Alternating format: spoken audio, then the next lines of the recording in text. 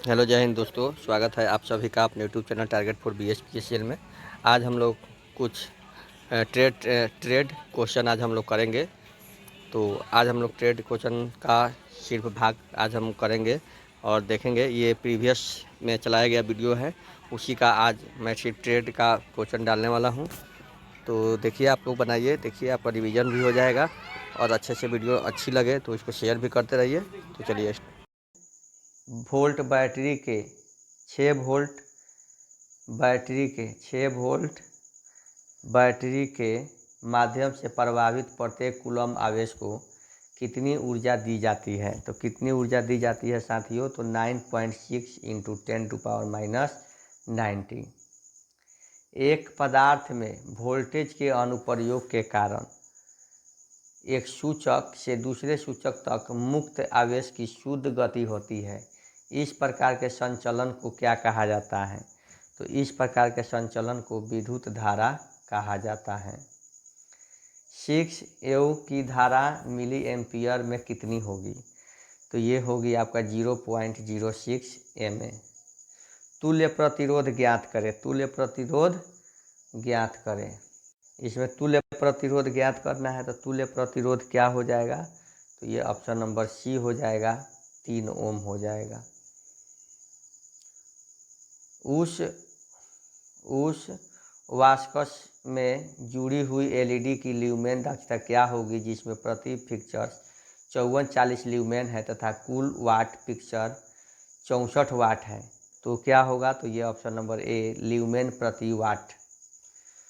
सूक्ष्म कार्य निष्पादित किए जाने वाले कार्यस्थल के लिए अपेक्षित प्रतिदीप्ति लगभग क्या होगी, तो ये जो होगी 500 ल्यूमेन्स पर स्क्वायर मीटर। एक अल्टरनेटर के संबंध में निम्नलिखित में से कौन सा कथन गलत है, तो कौन सा कथन गलत है, तो यह AC और DC दोनों उत्पन्न करता है। अल्टरनेटर और स्टेटर कोर के निर्माण के संदर्भ में निम्न विकल्पों में से किसे छोड़कर बाकी आर्मेचर स्लॉट के प्रकार को दर्शाता है।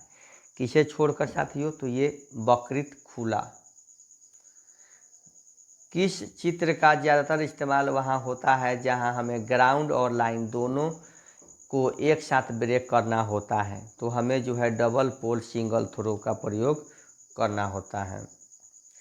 एक लैंप को 3 विभिन्न स्थानों से नियंत्रित करने के लिए मध्यवर्ती स्विच के साथ कितने द्विपति स्विच प्रयुक्त होते हैं, तो ये होते हैं ऑप्शन नंबर बी, 2।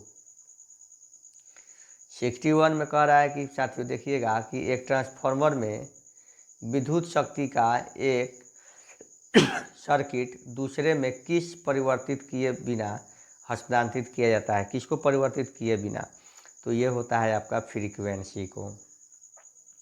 एक परिणामित्र या ट्रांसफार्मर में 2 प्रेरित कुंडलियां होती है, क्या होती है, तो विद्युत रूप से अलग और चुंबकीय रूप से संबंधित। विद्युत रूप से अलग और चुंबकीय रूप से संबंधित। 200 वोल्ट 10:1 टर्न अनुपात ट्रांसफार्मर को गलती से 200 DC सप्लाई से जोड़ दिया जाता है, तो उसका परिणाम स्वरूप क्या होगा, तो उसका परिणाम स्वरूप होगा कि प्राथमिक वाइंडिंग जो है क्षतिग्रस्त हो जाएगी। यदि 800 kVA 400 हर्ट्ज 50 हर्ट्ज पर संचालित होती है, तो इसका KVA रेटिंग क्या होगा, तो इसका KVA रेटिंग जो है 100 हो जाएगा। क्या होगा, 100 हो जाएगा।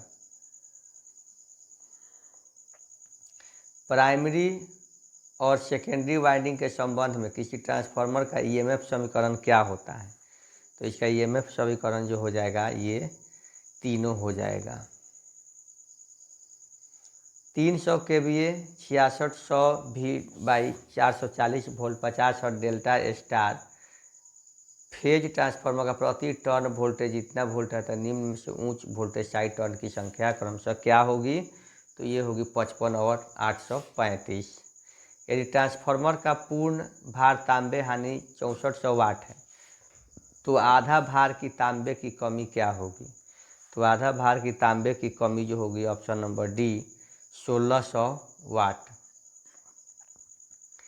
जनरेटर वोल्टेज उत्पन्न करता है, जनरेटर जो है वोल्टेज उत्पन्न करता है और इसे यांत्रिक ऊर्जा की आवश्यकता होती है, जबकि एक मोटर जो है टॉर्क को उत्पन्न करती है। किसको उत्पन्न करती है? टॉर्क को। डीसी मोटर में एक परिदृश्य पर विचार करें। डीसी मोटर में एक परिदृश्य पर विचार करना है। जब एक कंडक्टर जिसका लाइन लंबाई L है और एक चुंबकीय क्षेत्र जिसकी ताकत H है, फ्लक्स का घनत्व B है के अंदर रखा गया है और करंट I कंडक्टर के माध्यम से बह रहा है, तो उस पल बल F की भयावह क्या होगी? तो वह हो जाएगी आपका F बराबर BIL sin phi newton. 200 volt DC motor में आर्मेचर प्रतिरोध 0.5 ओम है। यह एक निश्चित लोड को संचालित करने के लिए 20 वोल्ट की आर्मेचर धारा लेता है। यदि ब्रश ड्रॉप 2 वोल्ट है तो मीटर में प्रेरित विद्युतवाहक बल कितना होगा? तो ये हो जाएगा 70 का ऑप्शन नंबर बी 208। यदि डीसी मोटर का पार्श्व विद्युतवाहक बल अचानक समाप्त हो जाए तो क्या होगा? अचानक समाप्त हो जाएगा तो क्या होगा? आर्मेचर जल सकता है। आर्मेचर क्या होगा? जल सकता है।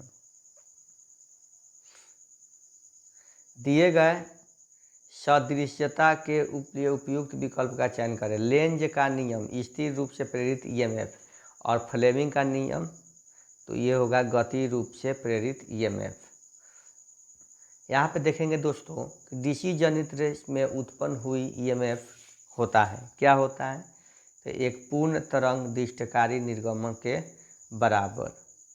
निम्न विकल्पों में से एसी जनरेटर और डीसी जनरेटर के बीच अंतर का चयन करना है। तो ये हो जाएगा ऑप्शन नंबर ए। एक कंडक्टर में अधिकतम ईएमएफ प्रेरित करने के लिए कंडक्टर की गति की दिशा क्या होनी चाहिए? तो कंडक्टर की गति की दिशा जो है क्या होनी चाहिए? तो ये कंडक्टर की गति की दिशा जो है फ्लक्स की चुंबकीय रेखा के लंबवत होनी चाहिए।